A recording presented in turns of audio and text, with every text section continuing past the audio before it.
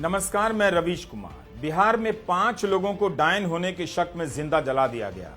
इनमें 3 महिलाएं हैं और 2 पुरुष।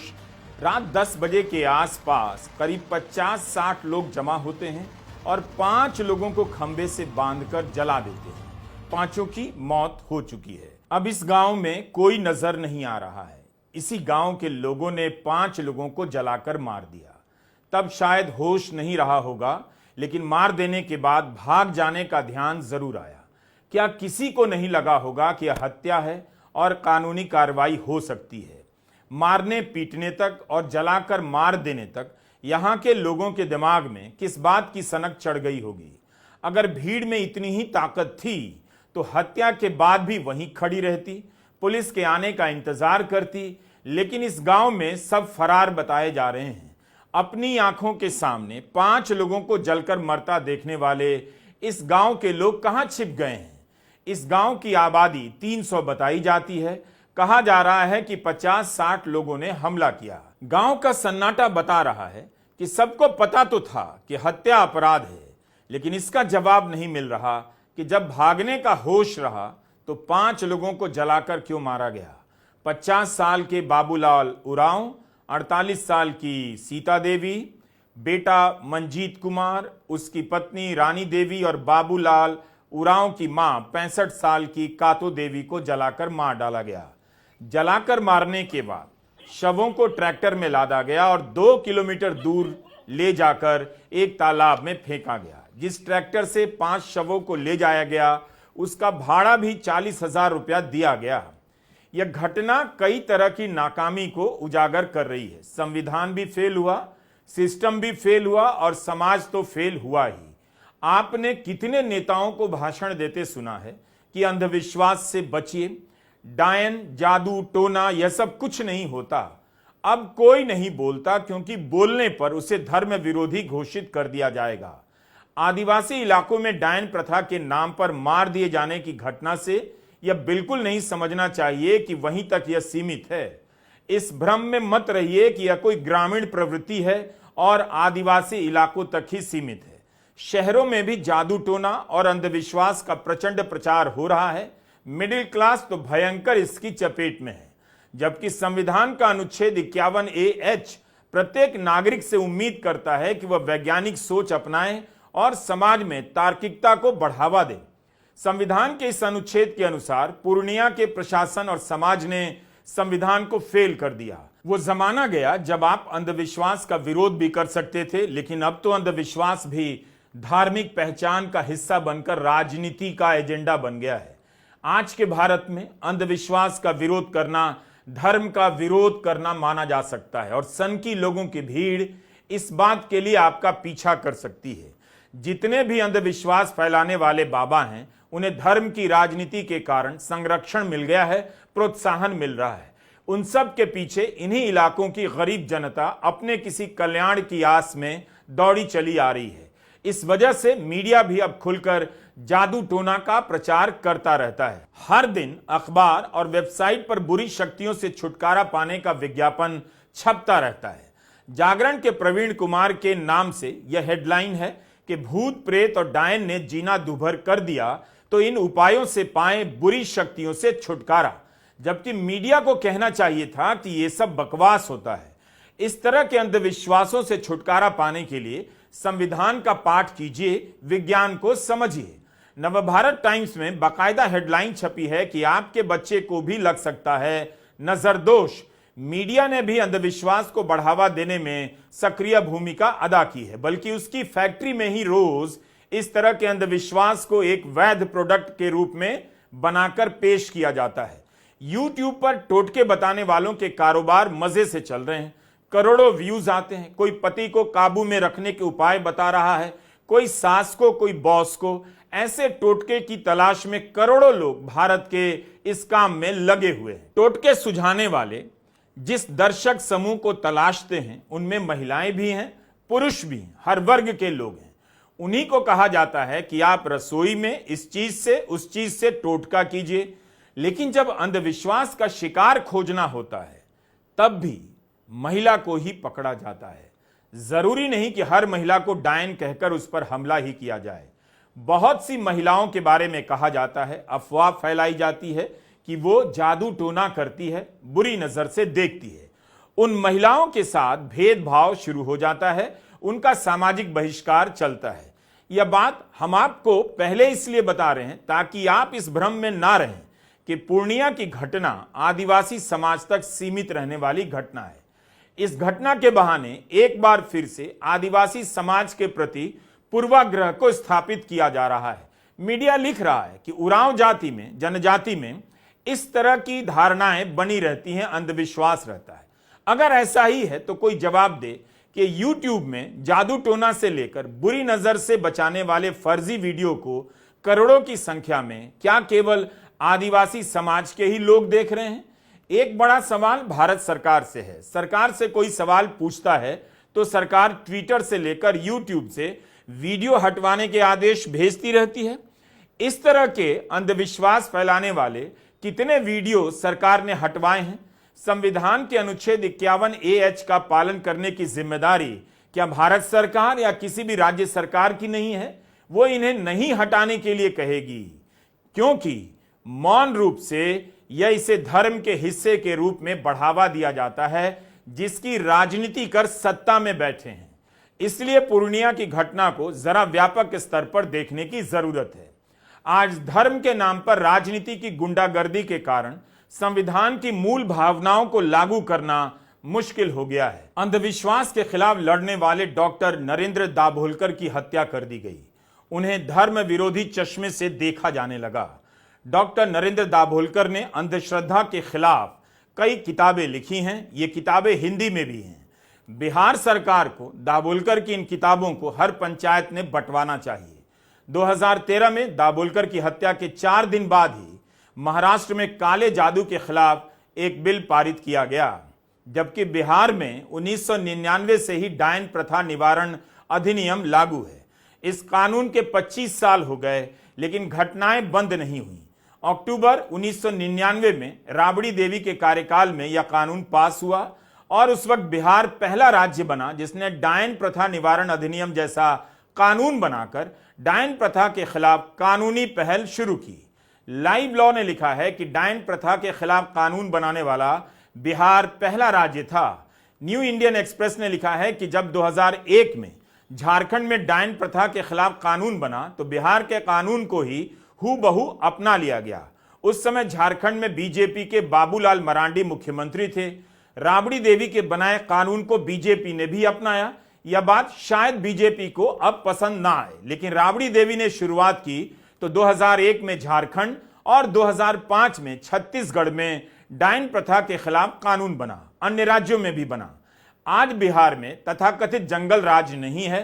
तब 5 लोग डायन होने के शक में जलाकर मार दिए गए और जब तथाकथित जंगल राज बताया जाता था तब राबड़ी देवी डायन प्रथा के खिलाफ कानून बना रही थी। अभी हाल में छत्तीसगढ़ में एक घटना हुई। 17 साल की एक लड़की समेत 3 महिलाओं को डायन होने के शक में मार दिया गया। छत्तीसगढ़ में डायन को टोनही कहते हैं। पूर्णिया की घटना केवल पूर्णिया की नहीं है। हम जब इसके लिए खोजबीन कर रहे थे तब समझ आ गया कि इसका संबंध उस राजनीति से है, उस गोदी मीडिया से है जो दिन रात अंधविश्वास को मान्यता देता है। अंधविश्वास बांटने वाले बाबाओं को भारत का भविष्यवक्ता बताता है। आम लोग इन्हीं के प्रभाव में आकर अपनी गलत सोच को सही ठहराने लगते हैं।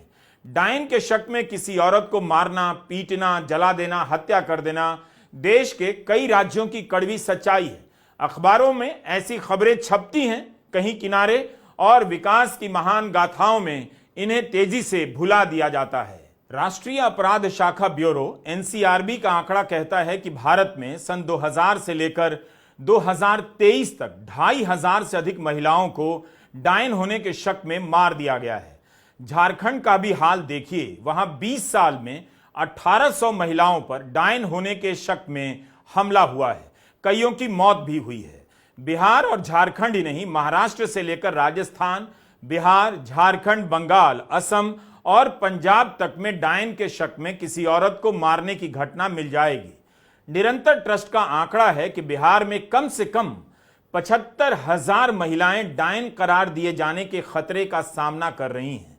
हर गांव में एक या दो महिलाएं मिल जाएंगी जिन्हें घोषित या अघोषित रूप से डायन करार दिया गया है। तो आई थिंक तंत्र के फेल होने के बहुत सारे कारण है कि ना पंचायतों की इसमें कोई एक सक्रिय भूमिका है, ना पुलिस इसके ऊपर बहुत कड़ी नजर रखती है, ना ही मीडिया की जो एक जमीनी स्तर पर पत्रकारिता होनी चाहिए, खोजी पत्रकारिता होनी चाहिए। इन सब मुद्दों को निकालना और उन पर चर्चा करना, केवल किसी की हत्या होने पर ही सनसनीखेज के रूप में उसको मीडिया प्रचारित करता है। सरकार की तरफ से, मीडिया की तरफ से, पंचायतों की तरफ से, पुलिस की तरफ से कोई इस तरह का इसके बारे में कोई रणनीति होना, कोई एक कॉम्प्रहेंसिव एक एक्शन प्लान बनना, या फिर उस एक्शन प्लान पर काम करने के लिए एक मुहिम चलाना, उस तरह का कोई हमने इसमें फील्ड लेवल पर देखा नहीं है।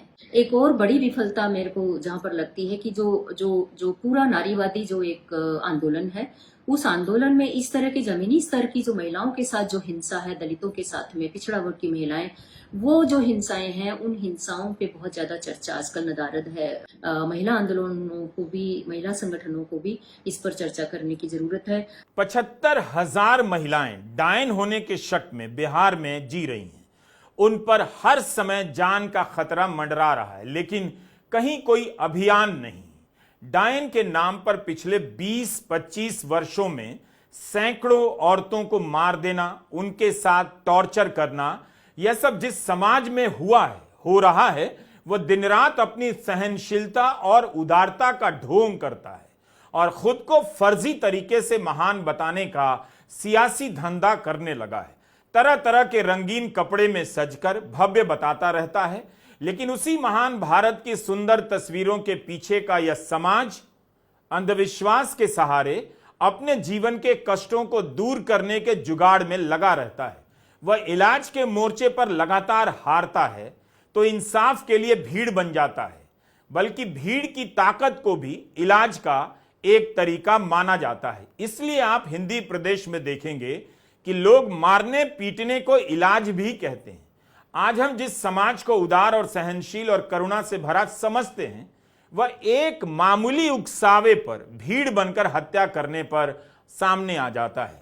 भारत में भीड़ से बड़ी कोई अदालत नहीं है। फरवरी 2023 में हरियाणा के भिवानी में गौ तस्करी के शक के आरोप में गौ रक्षकों की टोली ने नासिर और जुनैद को बुरी तरह पीटा, फिर जीप में डालकर उनकी जीप में आग लगा दी।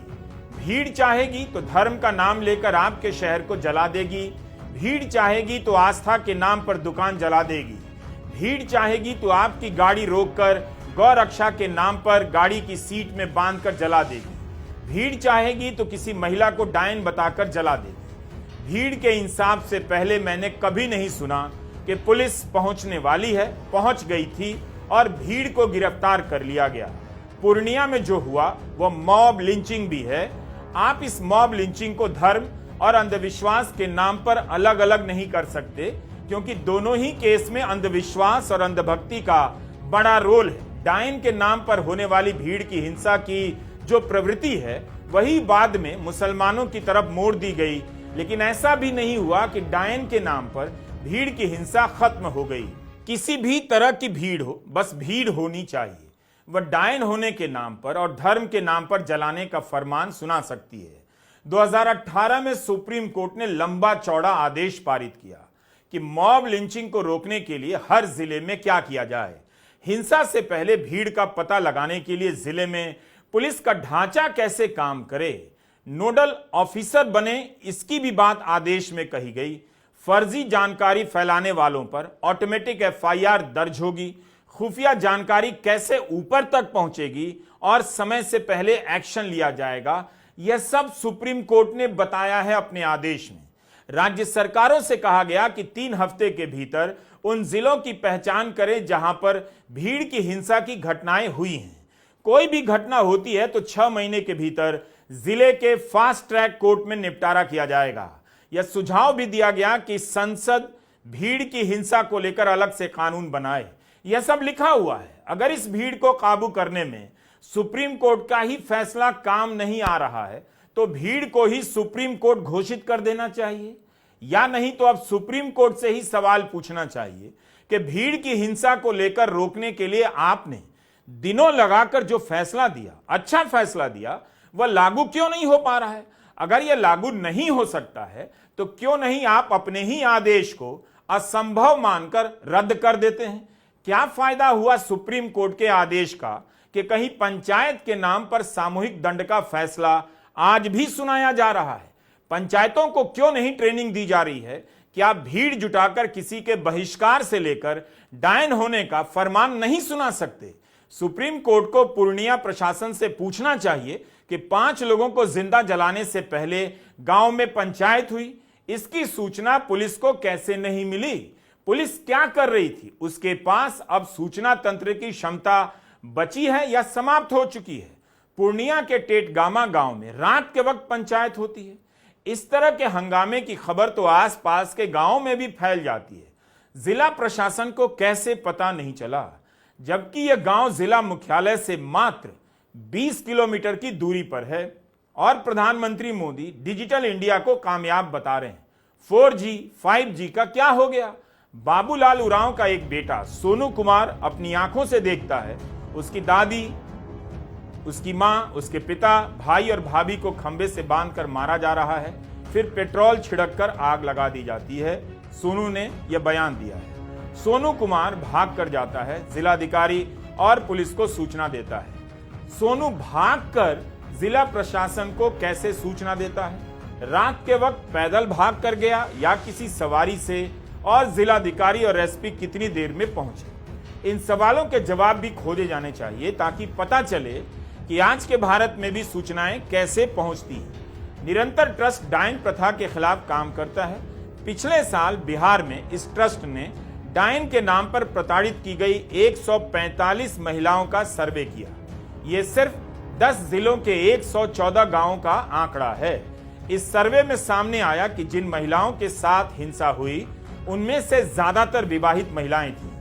145 में से 121 महिलाएं ऐसी थीं जो अपने पति के साथ रहती थीं या संयुक्त परिवार में, फिर भी उन्हें हिंसा के प्रकोप से नहीं बचाया जा सका। उसमें निकल कर आया कि 97% महिलाएं हैं जो दलित, मुस्लिम और अति पिछड़ा वर्ग की महिलाएं थी।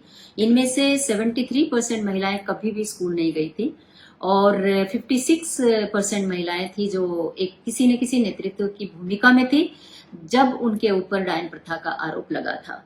और ये एक हमको दिखाता है कि किस तरह की महिलाएं हैं जिन पे इस तरह की हिंसा समाज करता है या समाज के कुछ वर्गों में हिम्मत आती है कि इन औरतों पे हम हमला कर सकते हैं।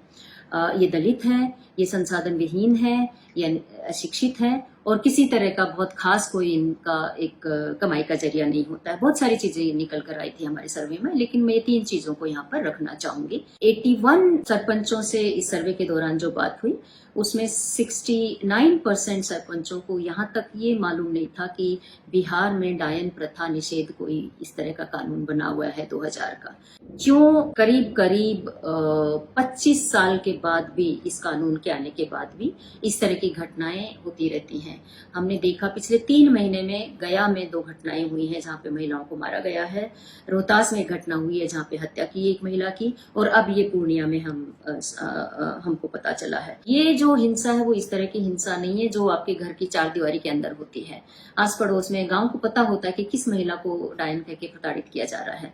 अनुपात में देखें तो दलित महिलाओं को डायन के नाम पर काफी टारगेट किया जाता है, मगर किसी के दरवाजे पर फूल, अगरबत्ती, दही, अक्षत, सिंदूर छोड़ जाने का खेल कौन नहीं करता, कहां नहीं होता और किस अपार्टमेंट में नहीं होता, आप सब जानते हैं। भारत को नया भारत घोषित कर दिया गया, लेकिन नया हुआ क्या?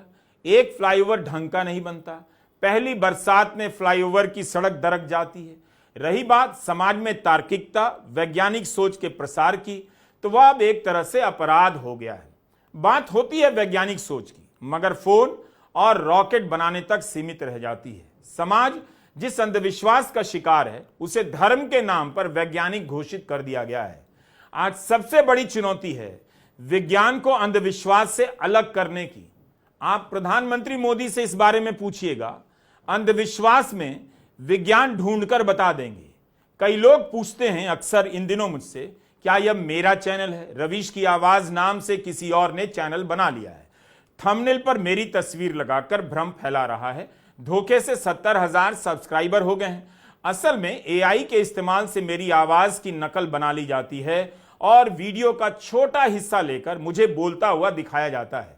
यह सही नहीं है। जिन्होंने भी इस तरह के चैनल बनाए हैं उनसे गुजारिश है कि ऐसा ना करें, वरना हम कानूनी कार्रवाई के लिए मजबूर हो जाएंगे। आप दर्शक भी ऐसे चैनलों को ना देखें। इन पर दिखाई गई किसी बात का भरोसा ना करें। आप दर्शकों को झांसा देने के लिए एआई से मेरी आवाज की नकल की गई है, चेहरे से वीडियो बना लिया गया है और दर्जनों चैनल यूट्यूब पर लॉन्च कर दिए गए हैं। ये लोग मेरे नाम पर आपको झांसा दे रहे हैं, आप सावधान रहिएगा। तो बाबा से लेकर ऐसे फ्रॉड लोगों को पता है, भरोसे के नाम पर ही लोगों को ठगा जा सकता है। इन्हें पता है कि आप मुझ पर भरोसा करते हैं, तो मेरा फोटो लगाकर आपको ठगने आ गए हैं। कई बार दवा बेचने के लिए भी मेरी तस्वीर और आवाज का इस्तेमाल किया जाता है। आप एकदम से इस तरह के झांसे में मत आइएगा। बाकी मेरा वीडियो रवीश कुमार ऑफिशियल, रवीश कुमार नई सड़क या बिहान, ये 3 ही चैनल हैं, इन्हीं पर देखिए। इन तीनों को सब्सक्राइब कर लीजिए और अब ज्वाइन भी कीजिए। नमस्कार, मैं रवीश कुमार।